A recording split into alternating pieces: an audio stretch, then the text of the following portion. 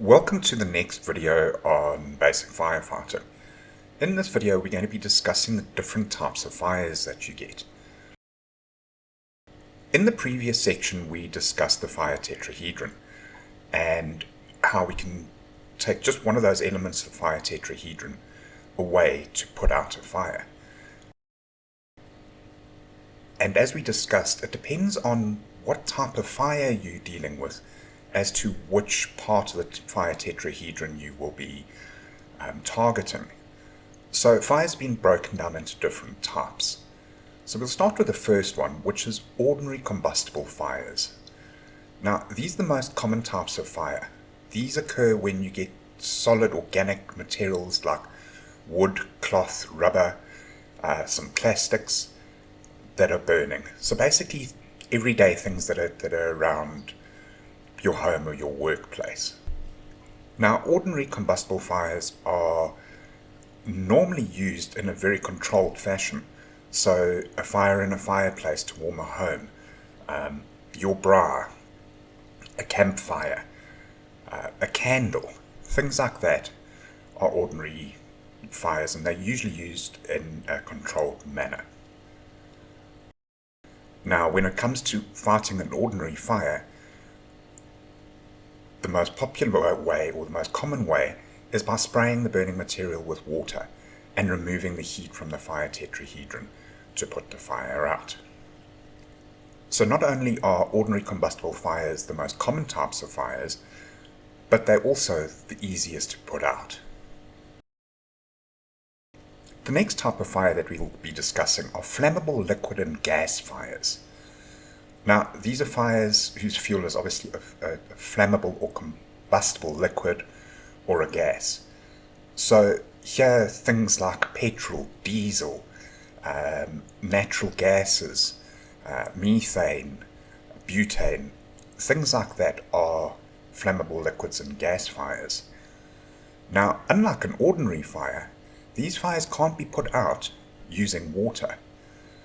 And the reason for this, especially when you're dealing with your liquids, such as petrol or diesel, is they actually float on top of water, which means that if you spray water onto a flammable liquid fire, what will happen is the flammable liquid will actually float on top of the water, and all you do is you actually spread the fire and make it worse. So for flammable liquid and gas fires, we're going to have to use a fire extinguisher to put it out, or somehow smother the flames and take away the oxygen from the fire tetrahedron. Next, we'll move on to electrical fires. Electrical fires are most commonly caused by the overloading of circuits. So what happens is the flow of electricity causes the cables or the switch or that type of thing to heat up and eventually burst into flames. Now, when an electrical fire starts, you obviously get cables that are melting and things like that, and often that will cause more shorts and make the fire even worse. Now again, we can't use water. The reason for it is that water and electricity do not mix, because electricity will flow through water, which means that if you start putting out a fire with water, there's a good chance that you'll actually become electrocuted. And electrical shocks have caused many firefighter deaths. So what do we do in the case of an electrical fire? Well, the first thing we can do is switch off the mains, which means there's no more electricity running through the circuit. And what you've effectively done is you've changed an electrical fire to an ordinary fire. The next fire that we're going to be discussing are metal fires. Now, it doesn't seem obvious, but there are examples of metals that are actually highly flammable. And examples of these are sodium, titanium, magnesium, potassium, uranium, lithium, plutonium, and calcium. The problem with these fires, or these metal fires, is that they burn at extremely high temperatures. And again, you can't use water to put these fires out, because some metals react with water, and this can increase the intensity of the fire, and in some cases even cause explosions. Now, of the metals that we've mentioned, sodium poses the greatest risk as it spontaneously explodes when it comes into contact with oxidizing agents such as oxygen or water. So here again, we can't use water to put the fire out.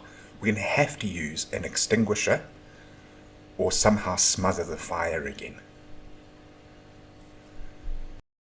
The last type of fire that we're going to be discussing are cooking oils and fats, more generally known as kitchen fires. Now, cooking oils and fats can also be considered as flammable liquids.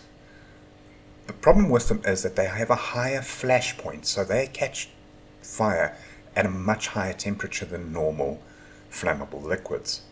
So if you think of a pot of boiling oil, you can heat it up, it can boil, you can fry chips or food with it, and it won't catch on fire. However, if you leave it to boil and it boils over and touches the stove or the gas flame, what will happen is it will ignite and start burning. Now, the problem with this again is we can't use water because the oils float on top of water.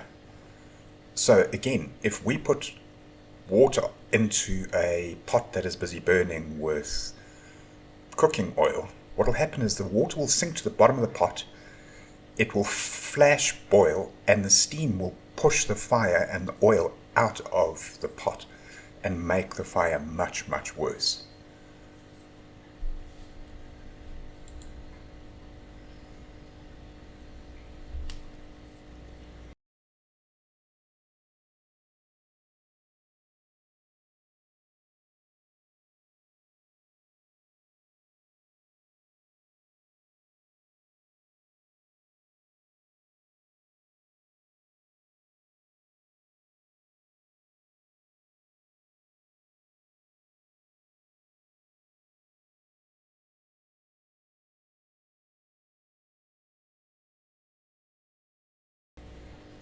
And to complicate things, when it comes to different types of fire, when a fire starts to burn, no matter what type it is, if there's anything flammable or combustible in the area, that fire can now spread. And it means that you can have more than one type of fire burning at the same time. So as an example, an electrical fire starts at a plug point, but now it quickly spreads to the carpet, the furniture, curtains. Now you have an electrical fire that has started to turn into an ordinary fire. And should that ordinary fire now spread, and let's say it gets to the kitchen, you can now have cooking oils and fats burning, which now brings a third type of fire into play. So firefighting can be quite complicated at times because you might be dealing with multiple types of fire.